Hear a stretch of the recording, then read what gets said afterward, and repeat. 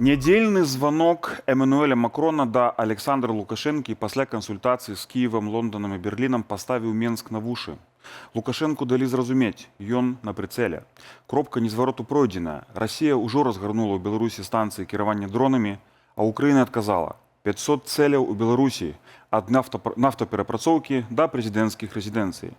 Калі з Беларусі атакуюць, Кіеў адкажа люстэркава. На гэтым фоне Святлана Тихановская наведвае Кіеў і сустракаецца з Зеленскім. Я сачыў за гэтым візітам крок за крокам у якасці карэспандэнта ва ўкраіне. Ці азначае афіцыйны візіт Святланы Тихановскай, што ў выпадку эскалацыі яна вернецца ў Менск з дапамогай украінскага войска. Сёння ў прасвеце сцэнарый развіцця падзеяў я абмяркую з Анатолем Лебедькам, які са мною на сувязі з Украіны. Добрый вечер, спадар Анатоль. Вітаю, добрый. І Сергеем Марсалевым, моим коллегам, журналистом Белсату и публицистом у студии. Добрый вечер. Добрый день. На початок два доволі такі, я б сказав, серйозні питання на закваску. Сергій, до тебе перше питання. Ось Лукашенку попередили уже Макрон особисто і Зеленський, не то, що особисто, але праз Роберта Броуді. В певному сенсі особисто, так? Причем президент Франции патэлефанаваў до Лукашэнкі ў свой выходны дзень. То бок, што такое важнае ён ему хацеў сказаць, так? Што от свой выходны прысвяціў на гэта. Але перад тым Макрон удзельнічаў у сазвоне з Зеленскім і кіраўнікамі ўрадаў Нямецчыны і Великабрытаніі, так? А пасля размовы з Лукашэнкам Макрон зноў пазваніў да Зеленскага. Так? Вось, на твою думку, што далі зразумець Макрон, Зеленский, Броуди, Лукашенко, ці это означае, што ў выпадку чаго яго могуць ліквідаваць, напрыклад, што ён на прицеле? Твое меркаванне. Ну, во-первых, французский президент известен своей дипломатией прямого действия.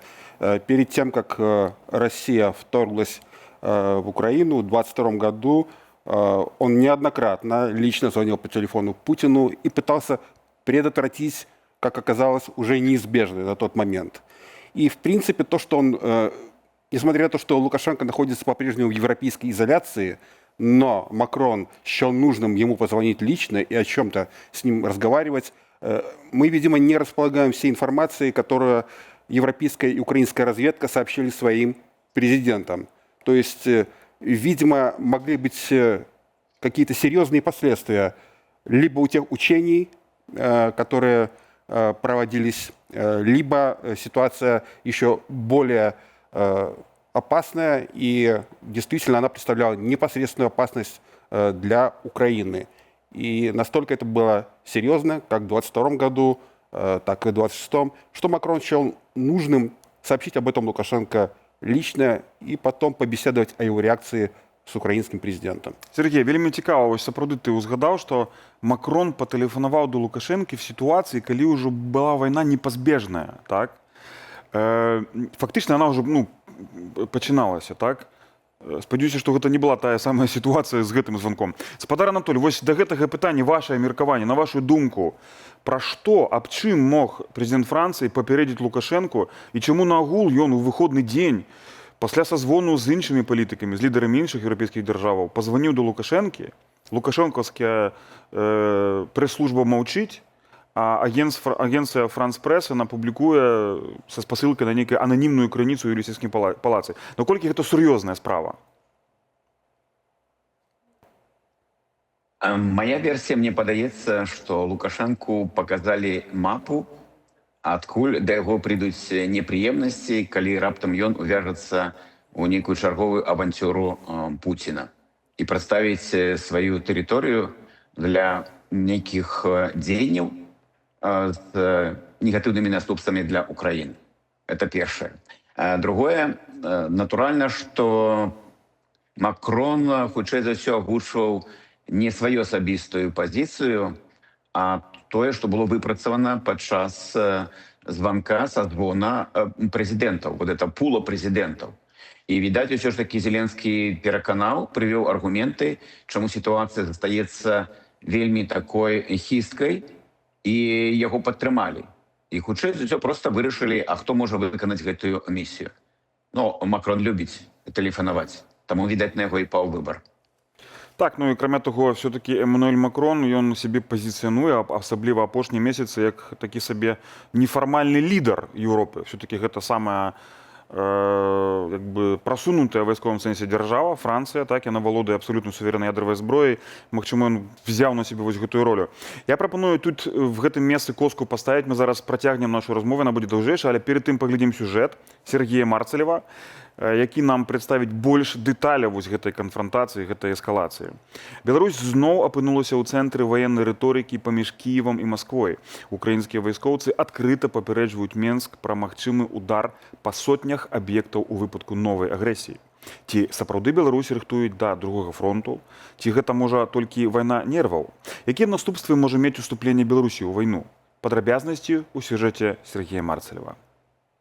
Дрон став основним засобом сучасної війни. Роберт Броуді, камандир українських безпілотних войскаў, учора пригрозив Лукашенку ударом по 500 целях у Беларусі, калі Менск вырашыцца на агрэсію. Любоў до дакладных лічбаў не выпадковая. Некалькі дзён таму Вальфовіч, кіраўнік Беларускага савета бяспекі, паскардзіўся, што нібыта за тыдзень нашу краіну спрабавалі атакаваць ажно 116 беспілотнікаў з Украіны. Няўжо вайсковы чыноўнік шукае нагоду для вайны? Ни одна разведывательная организация Украины, ни одна какая-то некоммерческая организация, ни западные разведки не фиксируют перемещение, концентрации техники людей на территории Республики Беларусь возле украинских границ.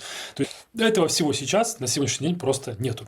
Што не выключае сітуацыі, што гэта можа адбыцца заўтра. На думку эксперта, нават параўнальна невялікі вайсковы кантынгент Беларусі паблізу украінскай мяжы прымушае Кіеў трымаць там войскі, якія маглі падбіваць расійскія атакі на Донбасе. Акрамя таго, Зеленскі на мінулым тыдні дарушыў узмацніць абарончыя фортыфікацыі у памежных з Беларуссю абласцях. І щодо фактичного керівництва Білорусі, яке має бути в тонусі, тобто відчувати реально, що наслідки будуть, якщо будуть агресивні дії проти України, проти наших людей.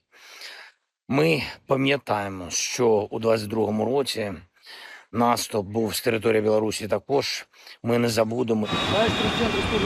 У выпадку, калі беларускі дыктатар усё ж уступіць у вайну супраць Украіны, далікатны дыялог з адміністрацыяй ЗША будзе разбураны. Трампу патрэбныя лаўры-міратворцы. Канчаткова будзе знішчана магчымасць перамоў з Еўразвязам і Польшчай.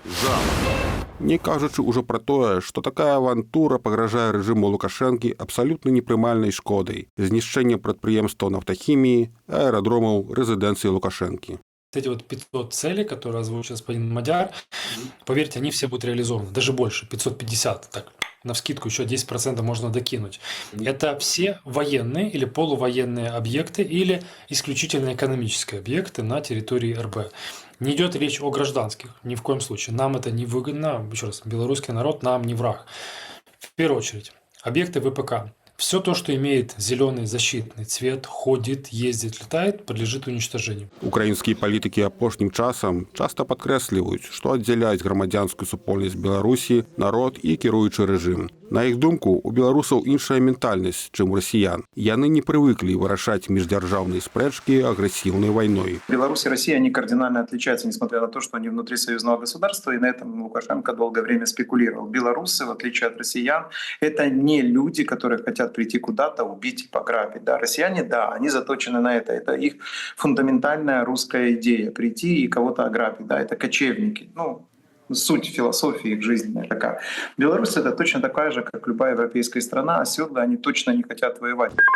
20 огонь дай. Расія спрабуе знайсці выхад з патавай сітуацыі. Хуткая і эфектная перамога на паўднёвым усходзе ўкраіны недасягальная праз тэхналагічны парытэт. Беспілотнікі ўраўноўваюць шансы ЗСУ на лініі фронта. Таму кіраўніцтва Крамля ладзіць ядравыя вучэнні, дэманструе гатоўнасць адкрыць другі фронт супраць краін НАТО або паўторна ўварвацца з тэрыторыі Беларусі ва ўкраіну. Гэта вайна нерваў, і да яе ўкраінскае кіраўніцтва гатовае. І мы вяртаемся ў студыю, дзе са мной на сувязі знаходзіцца Анатолій Бедзька. Ён працягвае візіт дэлегацыі, часткі дэлегацыі беларускіх дэмакратычных сілаў ва ўкраіне, а ў студыі непасрэдна Сергей Марцалеў, аналітык, эксперт сферы бяспекі і журналіст Белсата. Сергей, да тебе пытанне. Вот супала, так, выходзіць твой сюжэт в прасвеце, мы аналізуем гэтую тэму, і акурат сёння з'яўляецца інфармацыя пра тое, што у арэшніках, у парэштках ракеты «Арэшнік» украінцы знайшлі сярод іншых запчастак запчасткі з завода «Інтэграл». Што гэта азначае? Што дроны Мадзяра могуць прилететь в Минск в интеграл, калі што, ці не? Ну, давайте будем откровенны. Если бы, не дай бог, тьфу-тьфу-тьфу, дошло до военного противостояния прямого Украины и Беларуси, эти дроны бы и так в первую очередь прилетели по интегралу. Это предприятие двойного назначения, и не сегодня стало известно, и не вчера, то, что они выпускают микросхемы, предназначенные для российских ракет и российского вооружения в том числе. Это импортозамещение. Как не стало западных, Беларусь выпускает худшего качества, больше по размеру, но тем не менее рабочее. Поэтому это еще один сигнал предупреждения для господина Лукашенко, что даже такое вот тихое сотрудничество, неочевидное для публики, может завершиться для него очень плохо. Сергей, у нас проблемы з сувязью с Анатолием Лебедьком, он теперь находится в Украине, причем не в Киеве, не скажем где, але не в Киеве, там все-таки где война, могут быть проблемы с сувязью, тому мы с тобой потягнем размову и будем сподеваться, что господар Анатолий Лебедько до нас вернется. Сергей, у сюжете твоим прогучало, что вот першими целями, одними из целей эксперты называют Мазырский НПЗ, так, Нафтан у Новополоцку.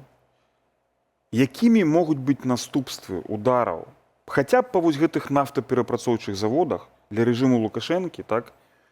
І дзе ввогуле мяжа ягонага выжывання? Што павінна здарыцца, якія цэлі могуць атакаваць украінцы у адказ на дзеянні рэжыма Лукашэнкі, каб рэжым не вытрымаў? Ну, давайте возьмем первую десятку предприятий налогоплательщиков, белорусский бюджет по той величине, которую они вносят в казну. Разумеется, там будут два белорусских НПЗ на одной из первых позиций. И будем помнить, что здесь идет речь не только о чисто экономической выгоде, проданном бензине или битуме.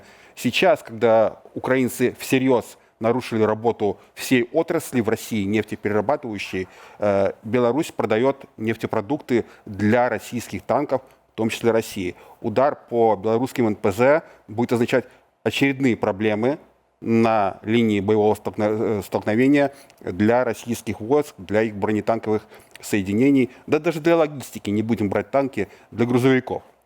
Поэтому здесь будет нанесен двойной вред, и я думаю, что в первую очередь прилетит по НПЗ, тем более, что Мозырский, он находится очень недалеко. Для того, чтобы вывести его из строя, там до границы с Украиной буквально всего ничего, по-моему, 80 километров, если я не ошибаюсь. Разумеется... Нават ближэй, Сергей, 80 это может быть до самого города Мазыр, а НПЗ ж ён на поўдні, это может быть 40-50, что-то такое. Да. Разумеется, досталось бы нашим предприятиям военно-промышленного комплекса, это и Минский завод колесных тягачей, вот, это авиаремонтные заводы на территории Беларуси, Барановичах, Подоршей, досталось бы военным аэродромам. И буквально через 14 дней по подсчетам военных аналитиков при массированной атаке дронами со стороны Украины и ракетами, буквально за 14 дней можно вывести из строя ключевые узлы белорусской инфраструктуры, предприятия, в том числе такие значимые, которые мы с тобой уже перечислили. Так, господар Анатолий Бедько вернулся до нас, есть сувязь. На щастя, спадар Анатоль, рады вас зноў вітаць.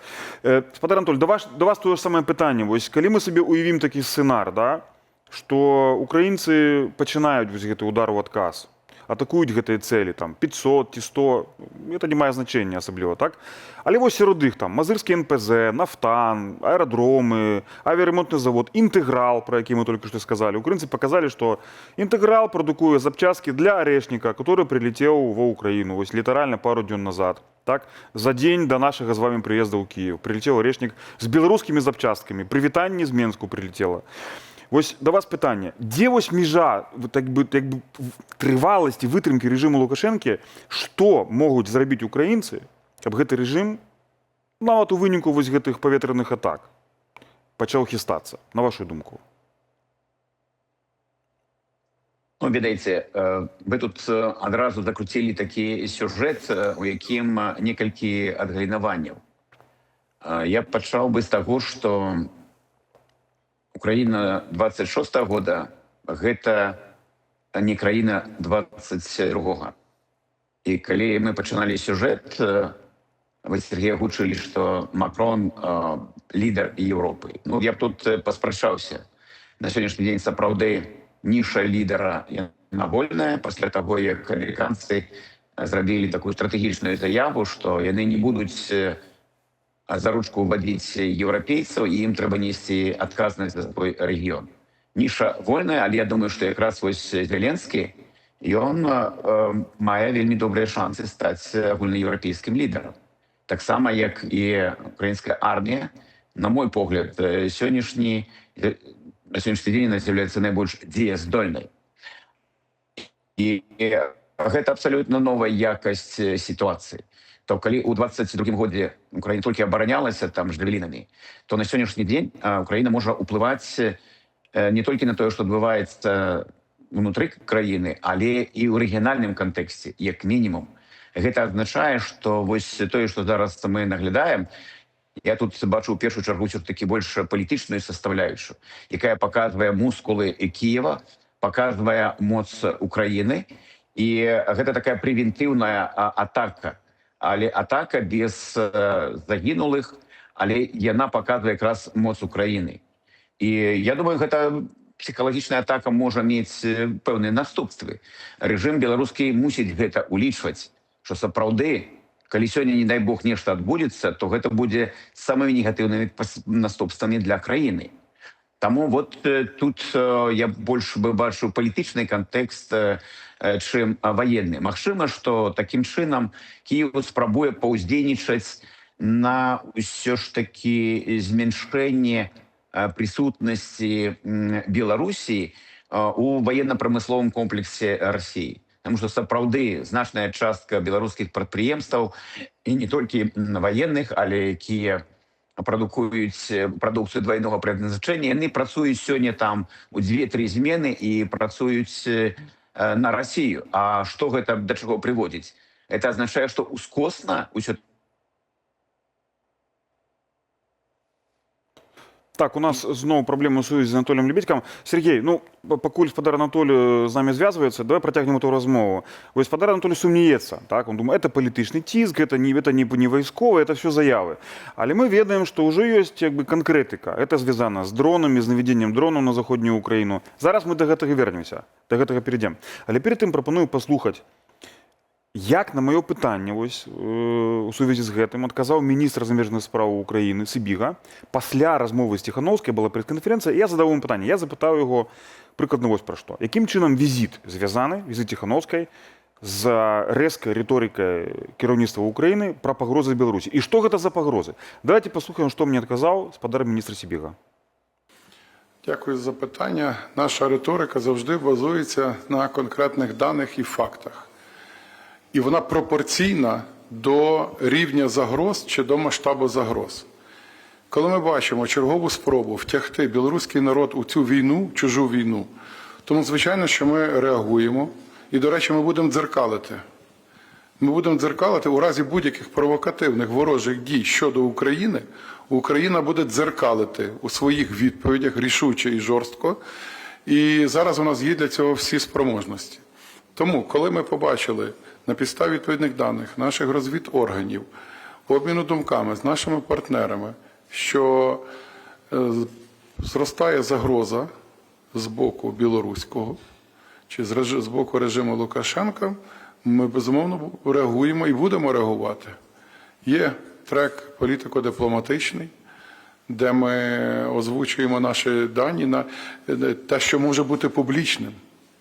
Те, що може бути публічним. Ось, і візит пані Світлани – це велика подія, яка відповідає, власне, цьому розвитку правильних відносин, правильних майбутніх відносин між нашими обидвома європейськими країнами. А я не маю сумнівів, що Білорусь теж приречена бути демократичною європейською країною.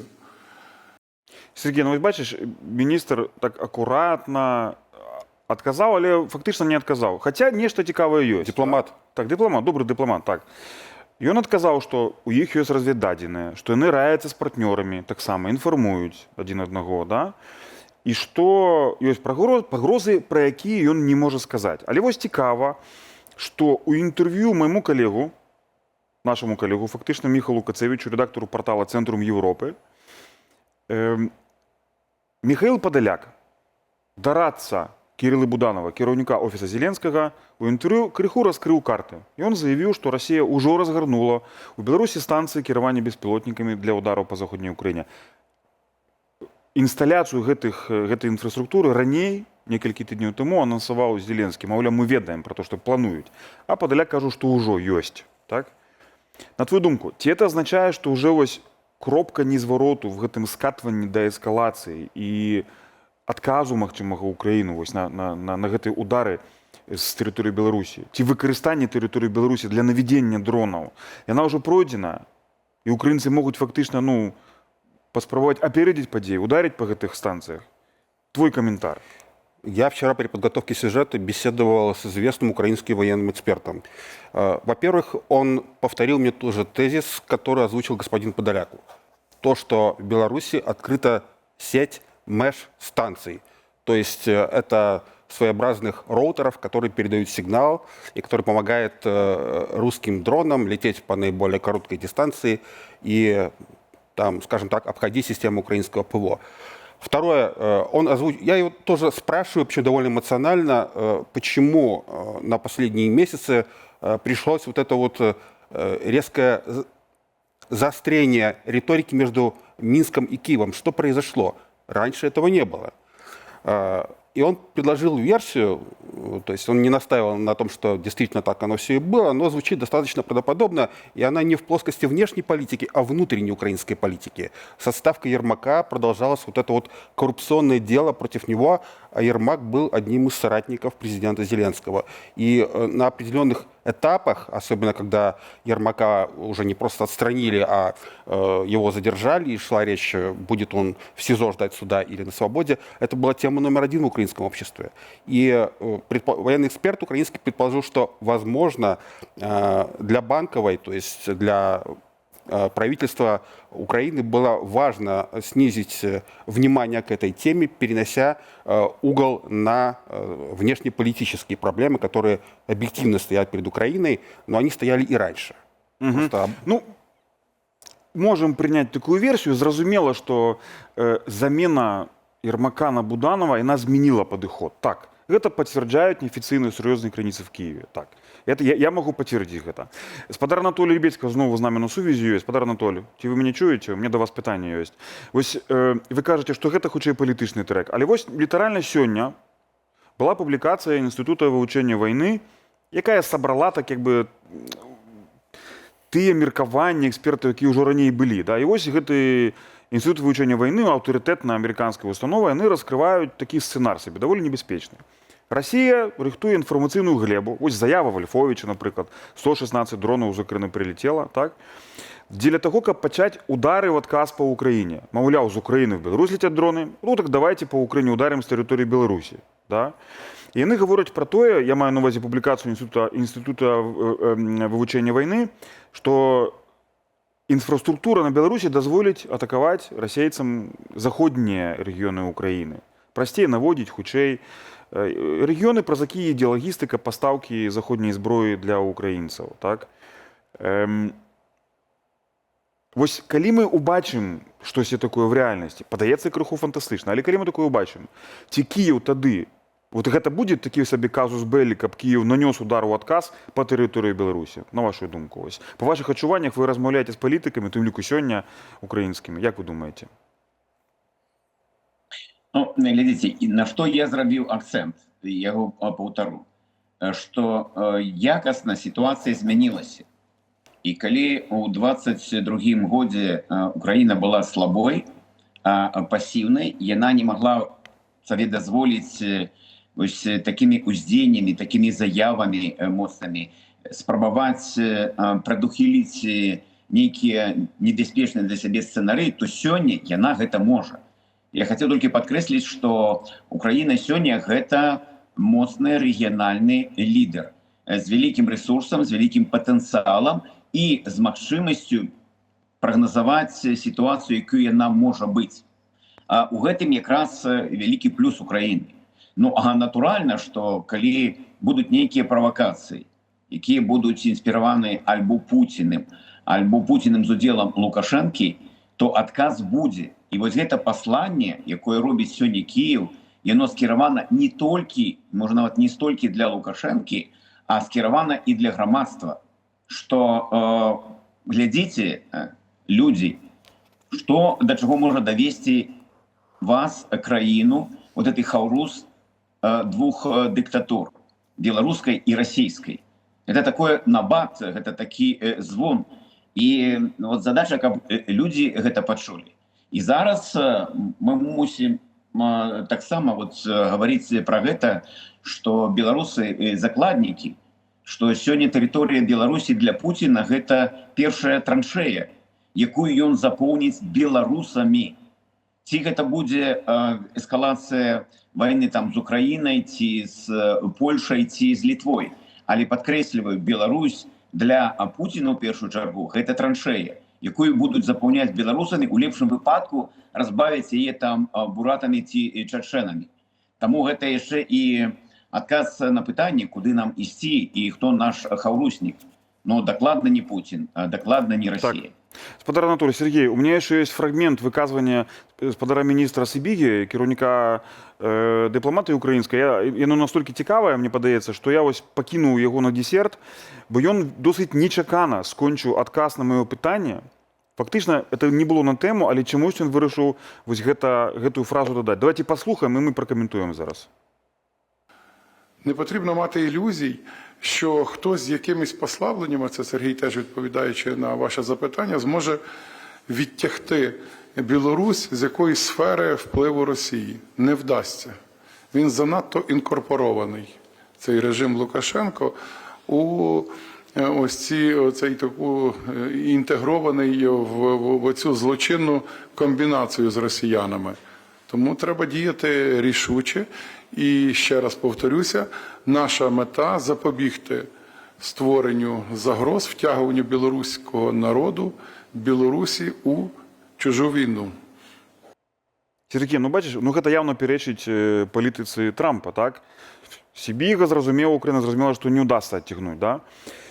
А в той же час, за 3 дні до приезда Тихановская і падчас вось гэтых резкіх выказванняў Броуді, Зеленскага, Дзярждэпартамент США прапануе Украіне і Літве спакусу. Адкрыйце транзіт для беларускіх калійных угнаенняў праз Літву, праз Украіну, і гэтыя грошы могуць пайсці, напрыклад, за транзіт на фінансаванне ўзброеных сілаў Украіны. Так? Чаму, на твою думку, Сергей, Кіеў адмовіўся і выбраў все-таки візіт Тихановскай замест вось гэтай амерыканскай прапановы? Во-первых, взаимоотношения американской администрации и официального Киева в принципе складываются непросто. Новая администрация президента Трампа, она выбрала, скажем так, иной геополитический путь. Они склонны для того, чтобы договариваться с крупными региональными игроками, в данном случае с Россией. Ну и согласиться на то, чтобы белорусский калий снова пошел через Украину, это значит перечеркнуть память о 22 году. Спадар Анатолий, у меня до вас апошняе пытанне. У нас заканчивается час, літаральна там 30-40 секунд засталося. Вось вся эта ситуация, эта змена стратегии Киева, она может привести у выніку до того, что Светлана Тихановская, мы с вами, белорусские добраахвотники, вернутся у Менск, у Беларусь, может быть, с дапамогай украинского войска? Магчыма, гэта, відаць, больш далёкая перспектыва. Сёння, што ў плюс, гэта тое, што Украіна не дае магчымасці легітымізавацца Лукашэнку і яго рэжыму. А гэта сёння пытанне нумар 1 для Чырвонага дома. Дык вось Украіна, я падкрэсліваю яе лідарства ў рэгіёне, калі яна займае такую жорсткую пазіцыю, што рэжым не рукапажатны, гэта не могуць ігнараваць ні ў Парыжы, ні ў Берліне, ні ў якой іншай еўрапейскай сталіцы. Таму гэта бліжэйшая перспектыва, і яна дае нам таксама пэўны аптымізм. Мы маем вельмі моцнага хаўрусніка. І нават калі гаварыць пра нейкую перспектыву перамоў, мы доўгі час задавалі пытанне, а хто там можа прадстаўляць нашы інтарэсы? Хто там можа сядзець за сталом? я могу сказать, что сегодня мы можем сказать, там может сидеть Зеленский, и там будет пункт інтарэса беларускага народа, прыхільнікаў пераменаў. Гэта таксама адзін з вынікаў вось апошніх падзеяў, сведкамі якіх мы сталі. Сергей, на завершэнне да цябе тое ж самае пытанне, так? Ці ў выніку вось гэтага сцэнара в далёкай перспектыве нейкай, а можа недалёка, мы бачым, як хутка падзеі развіваюцца. Мы ўбачым вяртанне беларусаў вось такім нечаканым чынам, так? Лукашенко уступае ў вайну пад ціскам Пуціна, украінцы адказваюць, і такім ці іншым чынам падае гэты рэжым, так? Ці гэта занадта фантастычна? Мне кажется, что ответ будет такой же, как и несколько лет тому назад. Это слишком радикальный и, к сожалению, малоосуществимый сценарий.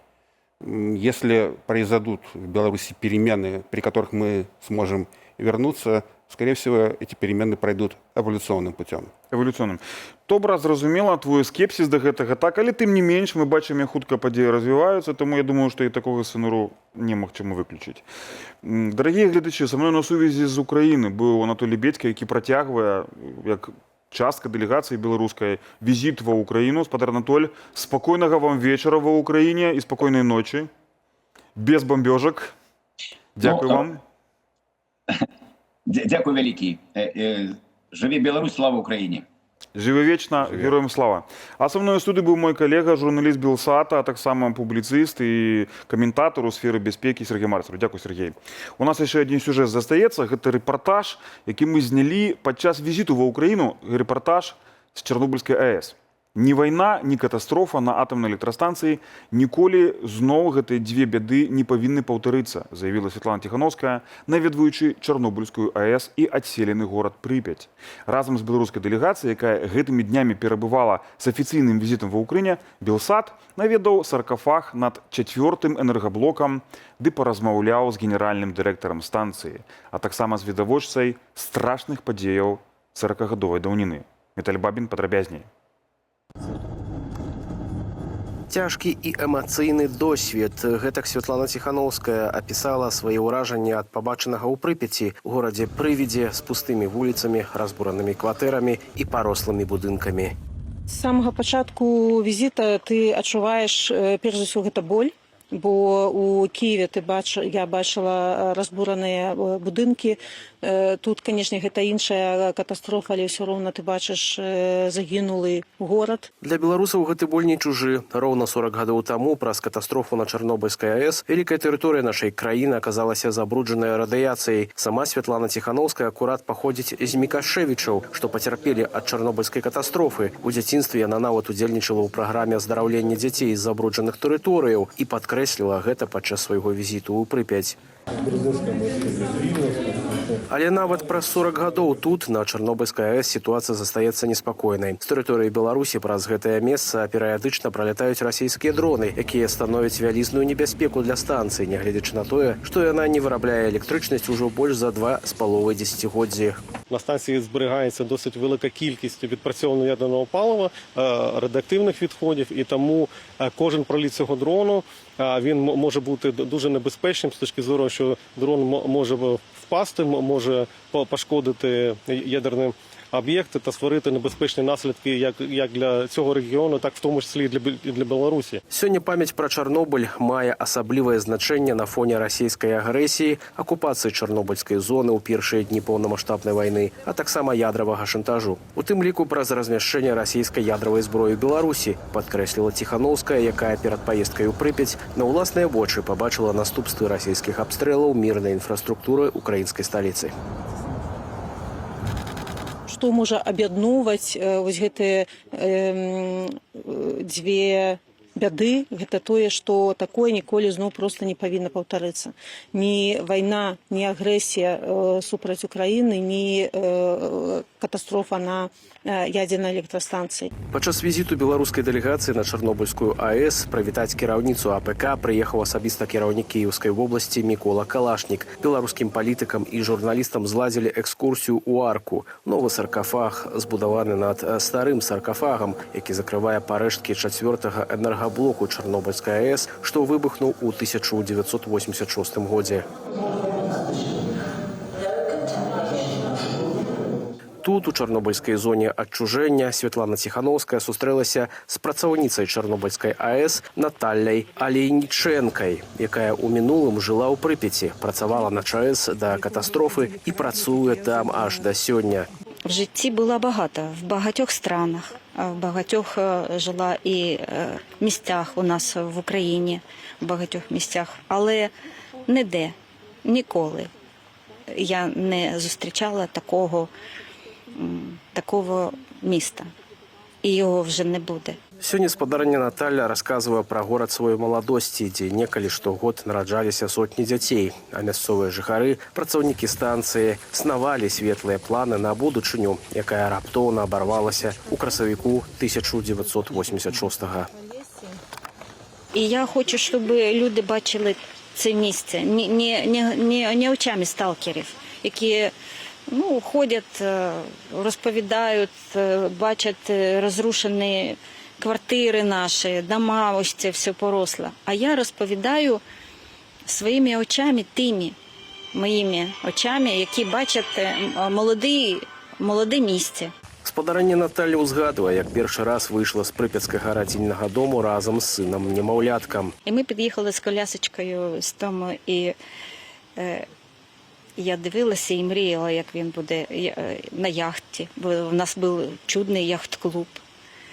Тут були соревнування. Як він виросте і буде тут на яхті, буде тут з дівчиною своєю гуляти. Па выніках візіту ў чарнобыльскую зону Святлана Ціхановская падкрэсліла, што памяць пра Чарнобыль зноў нагадвае нам, наколькі небяспечнымі могуць быць хлусня, маўчанне і абыякавасць да лёсу людзей. Дарагія сябры, гэта была эксклюзіўная магчымасць наведаць Чарнобыльскую АЭС для мяне і паказаць вам, як гэта выглядала. Канешне, адлегласць 10 кіламетраў ад межы з Беларусю, десяткі год трагедыі, і мы на месцы ўбачылі гэты саркафаг. Гэта цяжка перадаць словамі, вы бачылі, якія эмоцыі гэтымі суправаджаліся, людзі, якія пацярпелі, і ўсё ў выніку безадказных рашэнняў савецкіх чыноўнікаў, ад якіх пацярпелі сотні тысяч і мільёны беларусаў, украінцаў, расейцаў таксама. Дарагія сябры, на гэтым все у праграме «Прасвет». Для вас працаваў я, Сергей Пелеса, і ўся каманда нашай праграмы. Бывайце і трымайцеся.